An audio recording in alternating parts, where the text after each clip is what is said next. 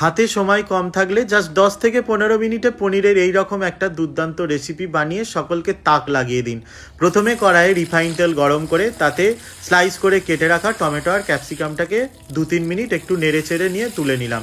এরপর দিয়ে দিলাম পনিরটাকে একটু লাল লাল করে ভেজে তুলে নেবো। এরপর ফোড়নে দিচ্ছি গোলমরিচ, জিরে, গোটা গরম মশলা, শুকনো লঙ্কা। ফোড়নটা হয়ে গেলে এখানে আমি একটা পেস্ট দিচ্ছি, পনির, কাঁচা লঙ্কা, কয়েকটা কাজু বাদাম আর 4 মগজ, সেই পেস্টটা আমি দিয়ে দিলাম। তার সাথে 1 চিমটি কাশ্মীরি লঙ্কার গুঁড়ো, 1 চিমটি হলুদ গুঁড়ো। মশলাটাকে ভালো করে ভেজে নিন। মশলাটা থেকে তেল ছাড়লে দিয়ে দিন 1.5 কাপ মতন নারকেলের দুধ, পরিমাণ মতন নুন দিয়ে একটু নেড়ে চেড়ে দিয়ে এটাকে ফুটতে দিন। ফুটে উঠলে দিয়ে দিন ভেজে রাখা পনির, ভেজে রাখা সবজি আর ধনেপাতা কুচি দিয়ে একটু নেড়ে চেড়ে দিয়ে জাস্ট 4 থেকে 5 মিনিট এটাকে ঢাকা দিয়ে ফুটিয়ে নিন। ব্যাস, ঢাকনা খুলে এটাকে আপনারা লুচি, পরোটা, ভাত, পোলাও যে কোনো কিছুর সাথে পরিবেশন করে দিতে পারবেন।